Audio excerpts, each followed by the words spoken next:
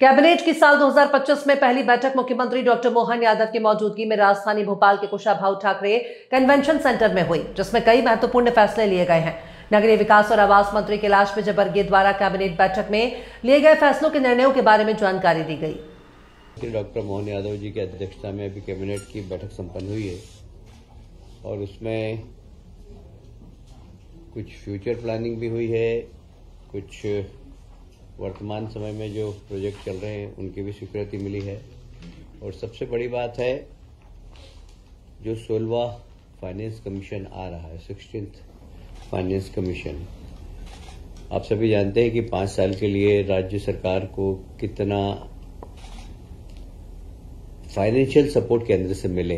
हर राज्य चाहता है कि हमको ज्यादा से ज्यादा मिले, तो हम अपनी तैयारी कर रहे हैं। माननीय मुख्यमंत्री जी ने निर्देश दिए सभी विभागों को कि वे अपने अपने विभाग में किस प्रकार 5 साल की प्लानिंग करके और हम 16वें वित्त आयोग के सामने अपनी बात रख सकें और ज्यादा से ज्यादा पैसा केंद्र सरकार से राज्यों को मिल सके। अरविंद पनगड़िया इसके अध्यक्ष है, देश के माने माने अर्थशास्त्री, वो इसकी अध्यक्षता करेंगे, वो यहाँ पर आ रहे हैं।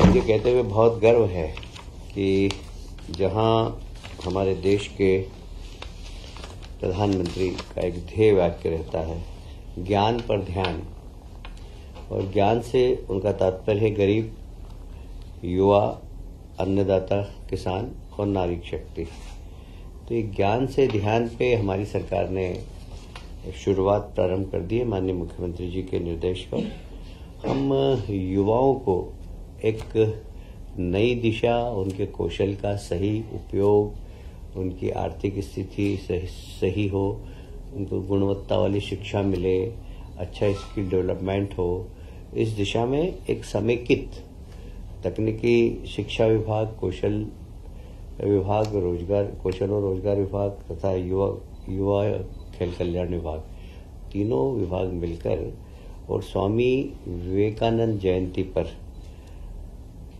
स्वामी विवेकानंद युवा शक्ति मिशन प्रारंभ करने वाले हैं। इसका उद्देश्य होगा युवा का सर्वांगीण विकास, शिक्षा के क्षेत्र में भी युवा आगे बढ़े, कौशल के क्षेत्र में भी युवा आगे बढ़े और वो रोजगार से कैसे जल्दी से जल्दी जुड़े। जैसे हमारे माननीय प्रधानमंत्री जी का मिशन है नई शिक्षा नीति के माध्यम से कि शिक्षा रोजगार देने वाली हो और हमारा युवा भी रोजगार देने वाला बने। तो इसी को ध्यान में रखते हुए स्वामी विवेकानंद युवा शक्ति मिशन प्रारंभ करने वाले हम 12 तारीख को। इसमें सभी विभागों से बाकी इसके सदस्य रहेंगे, पर मूल रूप से तकनीकी शिक्षा, कौशल विभाग, रोजगार विभाग और युवा कल्याण विभाग इसको हेड करेंगे और ये सब मिलकर और सब विभागों से तालमेल करके हम सिर्फ युवाओं को फोकस करेंगे। कुल मिलाकर युवाओं का आत्मविश्वास बढ़ाना मध्य प्रदेश के अंदर। देखिए, आज भारत देश का सबसे युवा, दुनिया का सबसे युवा देश कहलाता है। हमारे यहाँ 27% आबादी युवाओं की है और युवाओं को आत्मनिर्भर बनाना, उनकी ऊर्जा का सदुपयोग करना, उसमें मध्य प्रदेश एक मिशन की तरह ले रहा है। मुझे बहुत प्रसन्नता है, माननीय मुख्यमंत्री जी ने इस मिशन को बहुत गंभीरता से लिया और सभी माननीय मंत्रियों से अनुरोध किया कि अपने अपने विभाग में भी हम युवाओं को किस प्रकार जोड़कर रोजगार दे सकें, इसके लिए काम करने के लिए हमें निर्देश दिए हैं। जैसे अब प्रतिस्पर्धा की तैयारी करना, तो तैयारी करने के लिए हमने अनुसूचित जाति और जनजाति के बच्चों के लिए कोचिंग क्लास तो हमने चलाई थी, पर फिर भी कुछ सिलेक्टिव ऐसे गरीब विद्यार्थी हों, चाहे वो अनुसूचित जाति जनजाति के नहीं हो, वे यदि प्रतिस्पर्धा में भाग लेना चाहें और उन्हें कोचिंग की आवश्यकता है तो सरकार वो भी उपलब्ध कराएगी। कुल मिलाकर युवाओं से संवाद बढ़ाना, उनका आत्मविश्वास बढ़ाना, उनकी योग्यता का सदुपयोग करना, उनकी क्षमता बढ़ाना, इसका उद्देश्य है।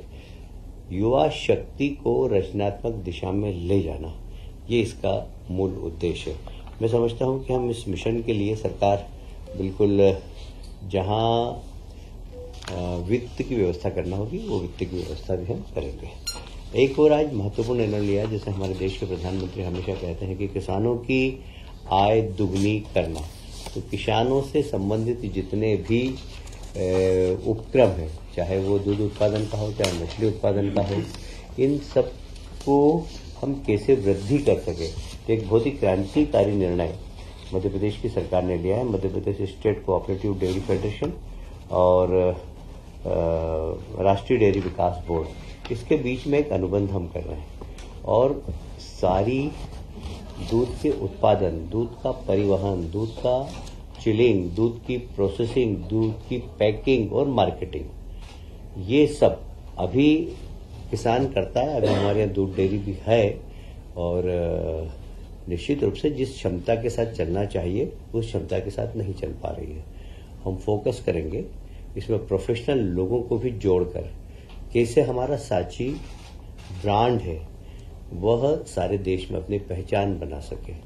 इसके लिए हम लोग बहुत डेडिकेटेड रूप से काम करेंगे, क्योंकि यह किसान की आमदनी बढ़ाने का एक बहुत बड़ा उपक्रम हो सकता है। साथ ही युवा लोगों को रोजगार सृजन करने का भी एक बहुत बड़ा अवसर हो सकता है। तो इसमें हम कलेक्शन सेंटर की क्षमता बढ़ाएंगे, कलेक्शन सेंटर की संख्या बढ़ाएंगे, जो पशुधन है वो ठीक नस्ल के किसान खरीदे। किसान को खरीदने के लिए कोऑपरेटिव सेक्टर के माध्यम से हम लोन दिलवाएंगे। प्रत्येक गांव के अंदर हमारे केंद्रीय सहकारिता मंत्री ने कहा है कि हर गांव के अंदर एक सहकारी समिति होना चाहिए। हमारे यहाँ 53,000 गांव है, सब में सहकारी समिति बने, जिसमें दूध उत्पादन सहकारी समिति भी बने। तो हर गांव के अंदर दूध का उत्पादन हो, अच्छी नस्ल के जानवर पहुंचे, उन जानवरों को खरीदने के लिए कोऑपरेटिव सेक्टर से लोन मिले, उनका दूध समय पर खरीदा जाए, उस स्थान पर जो चिलिंग प्लांट हो वह परिवहन करके प्रोसेसिंग के स्थान पर ले जाएं। ये सब इस समेकित व्यवस्था हम कर रहे हैं और इससे निश्चित रूप से किसानों की आय भी बढ़ेगी और सहकारिता क्षेत्र मजबूत होगा और रोजगार के नए अवसर भी हमें प्राप्त होंगे। मुझे ये कहते हुए बहुत गर्व है कि अगले